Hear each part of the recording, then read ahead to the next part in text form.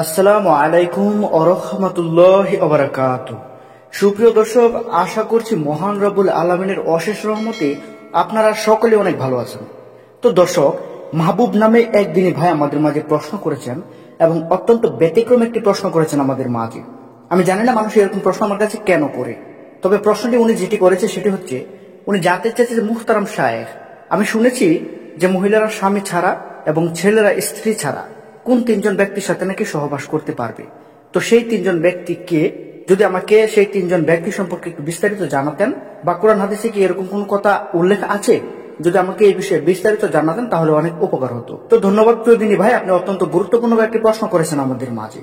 আমরা ইনশাল্লাহ আপনার প্রশ্নটির যথার্থ উত্তর দেব, তাই ভিডিওটি না টেনে সম্পূর্ণ দেখার অনুরোধ রইল। তো প্রিয় মাহবুব ভাই, দেখুন, আপনার আমাকে এই প্রশ্নটি করার উদ্দেশ্য কি আমি জানি না, তবে আমি আপনাকে স্ট্রেট ফরওয়ার্ড বলে দিতে চাই, এরকম প্রশ্ন যেহেতু আপনার মনে উদয় হয়েছে, তাই আমি এর উত্তর অবশ্যই আপনাকে দিব।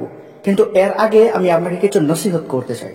সেটি হচ্ছে, আপনি যদি বিবাহিত হয়ে থাকেন তাহলে আপনার জন্য আপনার স্ত্রীর হক আদায় করা, আপনার সন্তানের হক আদায় করা সবচেয়ে বেশি জরুরি।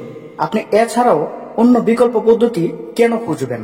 আপনি এছাড়াও আপনার স্ত্রীর হক যদি নষ্ট হয় সেই দিকে খেয়াল না করে আপনি অন্য দিক কেন খুঁজবেন? আপনি আগে আপনার প্রথমটির হক আদায় করেন, তারপর আপনি বিকল্প রাস্তা খুঁজবেন। বিকল্প রাস্তা বলতে কি বোঝাতে চেয়েছি আশা করছি আপনারা বুঝতে পেরেছেন।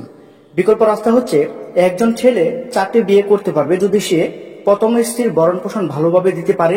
তার যদি এরকম এবিলিটি থাকে যে সে আরেকটি বিয়ে করে সেই সংসার সে চালাতে পারবে, তাকে ভরণ পোষণ দিতে পারবে, তার অধিকারগুলো আদায় করতে পারবে, তাহলে সে দ্বিতীয় বিয়ে করতে পারবে। এতে কোনো অসুবিধা হবে না বা পাপও হবে না। এখন আসে আপনার পয়েন্টে। আপনি জানতে চাইছেন যে ছেলেরা স্ত্রী ছাড়া এবং মেয়েরা স্বামী ছাড়া কোন তিনজন ব্যক্তির সাথে সহবাস করতে পারবে। তো সেই বিষয়ে বলা যায়, দেখুন প্রিয় ভাই, একজন মেয়ে যদি বিবাহিত থাকে তাহলে তার জন্য স্বামী ব্যতীত অন্য কারোর সাথে যৌন চাহিদা মেটানো তো দূরের কথা, অন্য কারো চেহারাও যদি সে দেখে, অন্য কারো চেহারার দিকে যদি সে কুদৃষ্টিতে তাকায়, তাহলে সেটা তার জেনা হয়ে যাবে এবং এর জন্য তাকে পরকালে কঠিন শাস্তির মুখোমুখি হতে হবে। একজন মহিলার 14 জন ব্যক্তির কাছে সে পর্দা করতে পারবে না। 14 জন ব্যক্তি কারা সে সম্পর্কে আমার চ্যানেলে একটি ভিডিও রয়েছে, আপনারা দেখে নেবেন।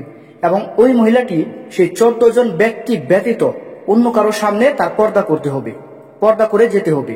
অন্য কারোর সাথে সে মেলামেশা করতে পারবে না, সেখানে সহবাস তো দূরের কথা। তাই অবশ্যই বিবাহিত মহিলারা যারা আছে তারা স্বামী ব্যতীত অন্য কারোর সাথে যৌন চাহিদা মেটাতে পারবে না। আর অবিবাহিত যারা আছে তারা যদি করে তাহলে সেটা জেনা হয়ে যাবে এবং এর জন্য দুনিয়াতে তার শাস্তি রয়েছে এবং আখিরাতেও শাস্তি রয়েছে। আর একজন অবিবাহিত পুরুষ, তারও চোখের পর্দা করতে হবে। সেও অবিবাহিত থাকা অবস্থায় জেনা করতে পারবে না। অন্য কারোর সাথে যদি সে যৌন মিলন করে তাহলে সেটা জেনা হয়ে যাবে এবং তারও পরকালে কঠিন শাস্তি রয়েছে। এবং বিবাহ করার পরেও সে স্ত্রী ব্যতীত অন্য কারোর সাথে যদি মেলামেশা করে তাহলেও সেটা জেনা হবে এবং এর জন্য পরকালে অনেক শাস্তি রয়েছে। তো প্রিয় প্রশ্নকারী দিনী ভাই, আশা করছি আপনাকে বোঝাতে পেরেছি। ভিডিওটি ভালো লাগলে অবশ্যই একটি লাইক করবেন এবং আমাদের চ্যানেলে নতুন হয়ে থাকলে অবশ্যই সাবস্ক্রাইব করবেন। আসসালামু আলাইকুম, আল্লাহ হাফেজ।